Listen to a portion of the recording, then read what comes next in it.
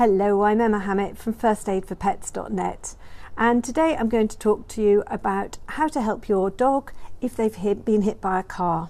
Now, I really hope you will never need to watch this in an emergency or need to know this information at all, but it is useful to know. So well, first of all, prevention is key. If you're out and about with your pet, make sure that they are on a short lead, if at all possible, and just be sure that they are safe, so that if you're opening the door to someone, that they're not likely to dart out if they see something exciting that they see ahead of you. So just make sure that they are safe around roads, and try and, when you're out and about, try and get them more used to traffic so that they do start to understand that cars can be dangerous things. So if your pet has been hit by a car, you're not going to like this, but I'm afraid human safety takes priority. So before you rush out to get them, it is really important that it is safe for you. Because if you're hit by another car, then you're no use to anyone whatsoever. So human safety takes priority. And then the key thing is, as soon as the area is safe, if it's possible to move your pet without exacerbating any of their injuries, then that is a good thing to do in order to avoid further accidents happening. It depends where this has happened and what's going on. If it's possible to leave them where they are and they're not likely to cause further incidents, and you are able to get a vet to them, then that would be a great thing to do. But the majority of the time we will need to transport them to the vet anyway.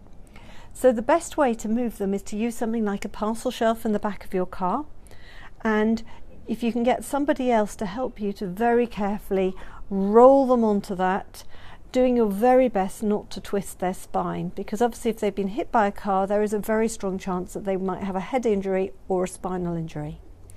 If they are conscious, you would love to get them to just stay still.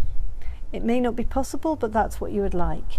If they're unconscious and breathing, you would put them into the recovery position, and if they're unconscious and not breathing, it may be worth trying CPR. And if there is any obvious bleeding, you should be treating that with firm, direct pressure.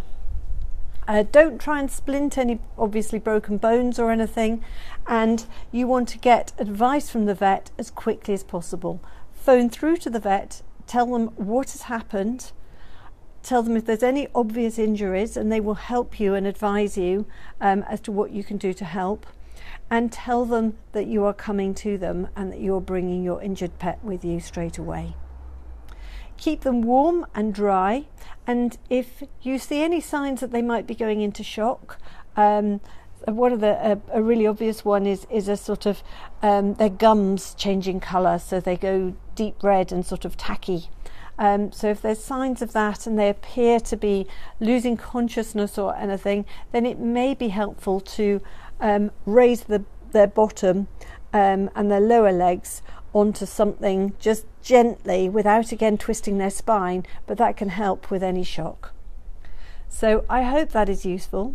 That's Emma Hammett from firstaidforpets.net.